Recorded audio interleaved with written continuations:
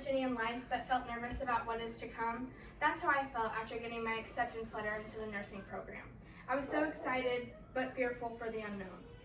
I'm currently enrolled in my final semester at the nursing education program at SWIC, where I've completed my transition from high school courses to gen ed courses and then gen ed courses to nursing courses. Getting into nursing school is an exciting time that can also come with stressors. Learning how to navigate those stressors is important to succeed in the program. Some main points I want to cover today are adjusting to a new schedule, learning what study methods work for you, and then applying those learned concepts to the clinical setting.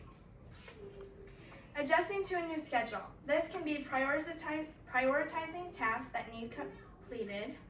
This can be studying for a test, which is your main chunk of time in nursing school, and also remembering to complete those other assignments that are due, like quizzes and worksheets. And then maintaining clinical expectations and requirements. Managing stress is a big thing, an important thing. Finding a sleep schedule that works for you, getting those 7 to 9 hours sleep a night, eating a balanced diet and exercise. This can be a hard thing to do whenever you don't have a lot of extra time and it's easy to eat out, but it's important to stick to a meal plan. And then stepping away to take breaks. Breaks are important and need to be taken.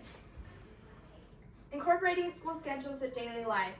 If you have a job, it's important to incorporate your work schedule and school schedule so you can balance both, and also friends and family to make time for your loved ones. Now that I have talked about adjusting to a new schedule, I would like to discuss study methods. This was a big thing for me going into nursing school, was finding a study method for me. There's different ways to learn, like writing, visualizing, and listening, and then there's study methods that come after you know the material, just trying to perfect it, like flashcards, note-taking, practice questions, and study groups. Study groups can be a bad thing if you're not focused on the topics and talking. And then creating a study schedule as well, knowing when to take breaks and what to do. Knowing when and how to seek guidance. Difficulty understanding and feeling overwhelmed is times to seek guidance before it's too late. The professors are there to help you, and tutors as well. You can schedule those times. And then I know at SWIC there's the Success Center where they'll tutor you and provide assistance, and also online resources. Now that we have covered study methods, we will explore thriving in the clinical setting. Applying learned concepts to the clinical setting is something you must do. Whether it's performing accomplished skills that you've learned, like vitals, assessments, med passes, IV insertion.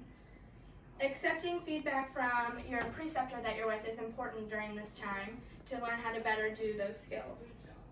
And learning ways to organize care for one patient throughout a day is a big thing, because if they need IV meds, you want to make sure they have an IV put in before you go to get those meds.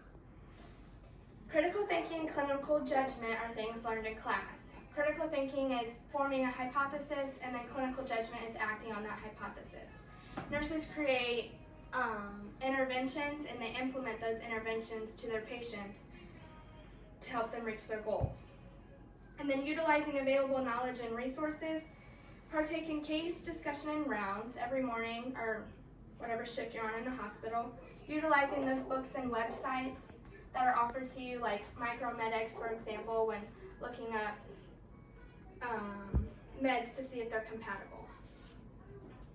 And seeking guidance from your preceptor, once again, they're there to help you learn and help you be better. Being accepted into nursing school is an exciting experience that may bring stress as well. It is important to identify those stressors beforehand and how to navigate through those to succeed. I went over adjusting to a new schedule, learning what study methods work for you, and then applying those learned concepts to the clinical setting. Standing here today, I realize the nerves and worries were all stepping stones in every journey. Every challenge I face and skill I learned will lead me to be the healthcare member I can be. Turning fear into confidence and the unknown into opportunities will allow me to be the best nurse I can be. In caring for others, we must first learn to care for ourselves, for it is only by taking care of our own well-being we can offer the best care to those in need. Having compassion and drive will help us succeed in all we do. A lot better. A lot better. You're not so. Shut up!